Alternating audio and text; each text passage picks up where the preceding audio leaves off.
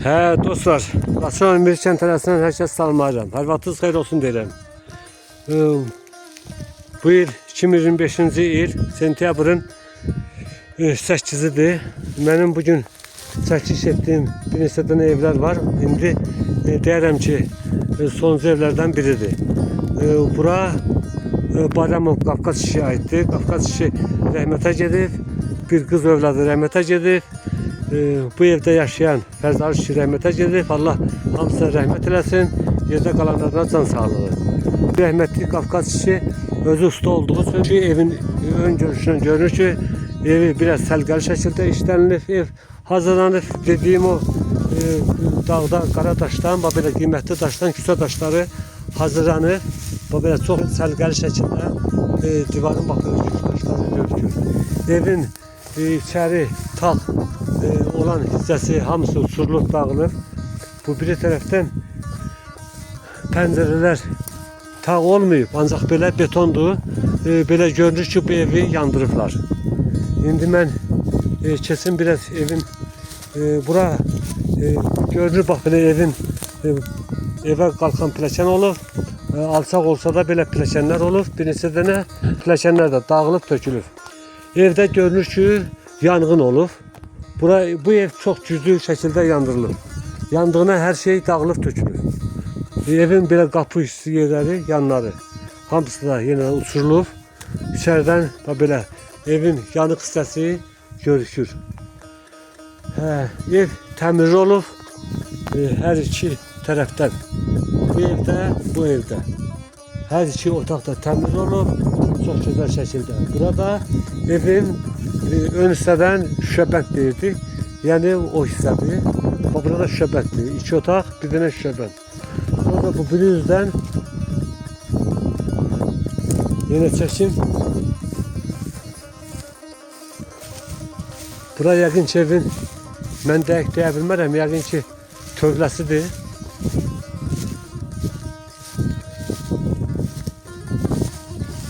Ya da ev olub, dəqiq deyə bilmərəm. Ola bilir ki, biraz köynədən olan evdir. Yenə bu bir tərəfdən yox. Bunlar da, bu da evdir.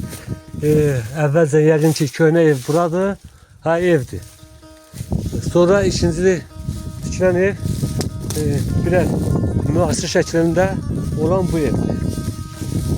Evdən yenə burada nəsə olub, yenə bax belə uçurulub, dağılıb. Yəni məhəllədən elə baxırsan ki, tamam dağılıb, tökülür. Erməni vandalları hər bir yerə əl qoyduğu kimi bu məhəllədə dağıdıblar. Evin belə ətrafı ilə belə görünür ki, belə qara divar da var. Hündür olmasa da, yəni belə az da olsa divara hasar alınır. İndi mən keçim bağdan da sizə biraz çəkiliş edeyim, göstərim. Mənim yanımda qalan burada tut ağacı olub. Sonra qoz ağaçları olub. Bax elə məhəllənin girəcəyindən görürsünüz ki, dediyim kimi hər videonun elə əsas çəkdiyim qoz ağaçlarıdır. Bu qoz ağacı və diametri görürsünüz ki, nə yoğunluğundadır.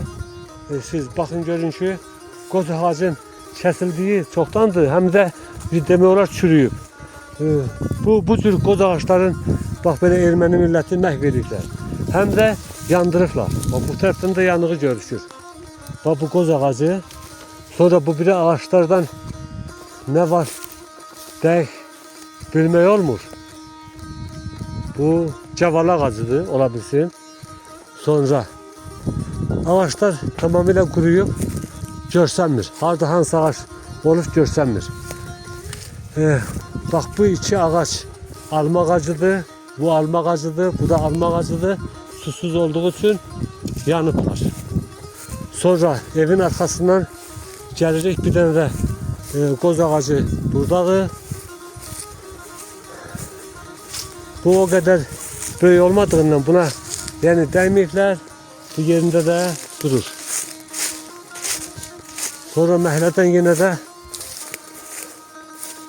bu məhəllədə belə qurusa da yerində qalan ağaçlar çoxdur. Bu da bir dənə qoz ağacı yenə qalıb yerində. Bu da koz ağacıdır, kuruyup.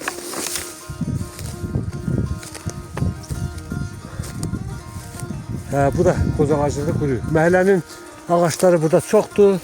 Ancak biraz cavan ağaçlar olduğu için o vaxtdan kuruyup, hamısı da kuru ağacı olsa da yerinde kalır.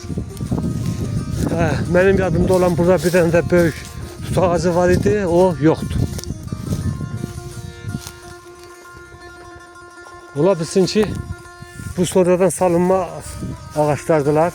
Çok güman ki benim yadımda kalmıyor belə bu ağaçların bu kadar cavan olduğu.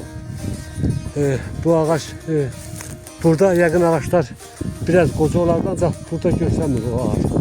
Yəqin ki bunlar erməni əkən ağaçlardılar, quruyublar. Bağdan da elə o kadar şey qalmıyor. Her ne varsa kuruyub, məhv olur.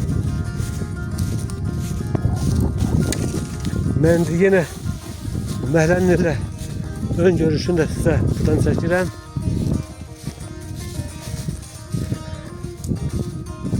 Məhəllə ev o kadar da belə böyük yerdə tikilməsə də çox görkəmli, hündür bir yerdədir.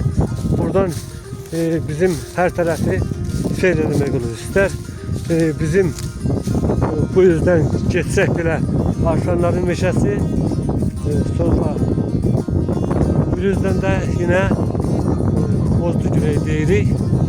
Bozdu tərəfinin bax belə dağları belə seyr etmək olur.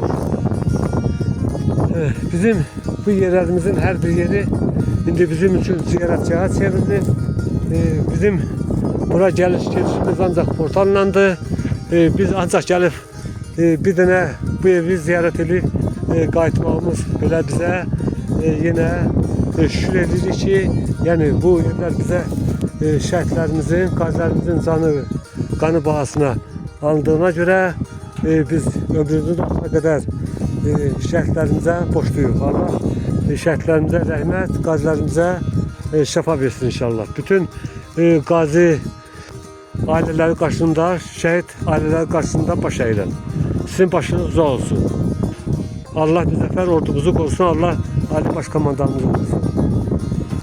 Ben buradan yine de size göstereyim ki bir tane bak belə mesela burada erməni yazısı var, ancak tamamıyla görsənmir. Ola bilsin ki bu evde de yaşayış olur. Bak belə erməni yazısı burada var. Tamam belə silinip o derecede görsənmir. Yaşayış olsa ağ boyanır, ancak burada yoktu.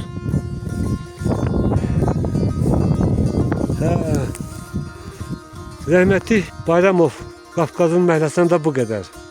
Hətta qalın inşallah videonun davamı gələcək. Bir daha videonu izlədiyiniz üçün hər kəsə təşəkkür ederim. Sağ olun, var olun.